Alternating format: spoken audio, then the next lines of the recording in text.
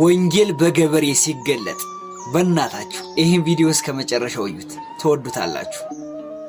ሲስቂ ይውላል በኋላ ቀሪው አልሰማ ብለን ቄሱ ቢመክሩ አህያቱ ሀጅ ባወረደ ይሆናል ነገሩ። ለዚህ መድኃኒት እንቱ ምን ጸልይ ንስሐ እንግባ ቁማ እያየናት ዓለም በአንድ ግባ እንሰናዳ። ስምንተኛው ሺህ ሆኗል የኛዳ ስምንተኛው ሺህ ደርሷል ሰዓት አልተባረከም አሁን ፍጥረት ጉልበቱ አይተርፍም ለእናት አባት ምንም ቢደክሙ ቢያስተምሩት ጸጉሩን መፍተል ነው ዳማምጣዳ ነው።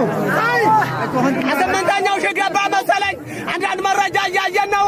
ወይ ፈንዲቀና ጉልበት የለው ጊደር ቢበከር ወተት የለው የካህኑን ቃል አናከብረው ወንድማማቹ ፍቅር የለው ወንድማማቹ ይካሰስና አለመታደል ጸለይ ቀርቦት ስራ እንዳይሰራ አስጠልቶት በስራው ምድር መሸታ ቤት ኪሱም ሞልቶታል በወረቀት ከናቱ ልጅ አንዱን ከሶት ለጅሉ ነገር ለትል መሬት እሁድ ቀጠረው ሸንጎ ችሎት አኪሱ ሳንቲም አይተውበት በልቅዳ ያሉን ይጠጡበት አከራከሩት ሙላ ክረምት ያለ ወረቱ አለቀበት አመሲ ሞላው ወሰኑበት ይግባኝ ገልብጠው ወደ ፍርድ ቤት ወስደው ጣሉት። አያግዳቸር ነው አምላክ ሲምር ወንድማያቸው ከጥላ ስር ሽማግሌዎቹ መየታደሉ አምላክ ቀርቧቸው እንዳያዳሉ አጣረቋቸው በውል በጋራ ሆነው ባንድ እንዲበሉ ይላል።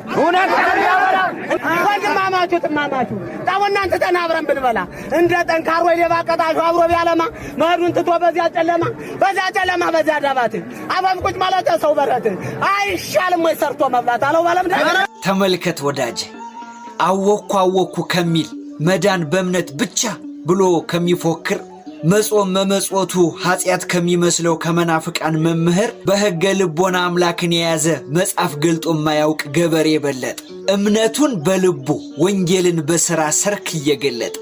ስለዚህ መጽሐፍ ቅዱስ ብቻ የሚል አስተማሪ በባዶ ጭንቅላት በሰይጣን እርዳታ የሲኦልን ኑሮ እያለማመደ ሕዝቡን ከሚያውከው ናበሉት ቁጭ በል አርሶ አደሩ እግር ስር ገበሬው ይስበከው።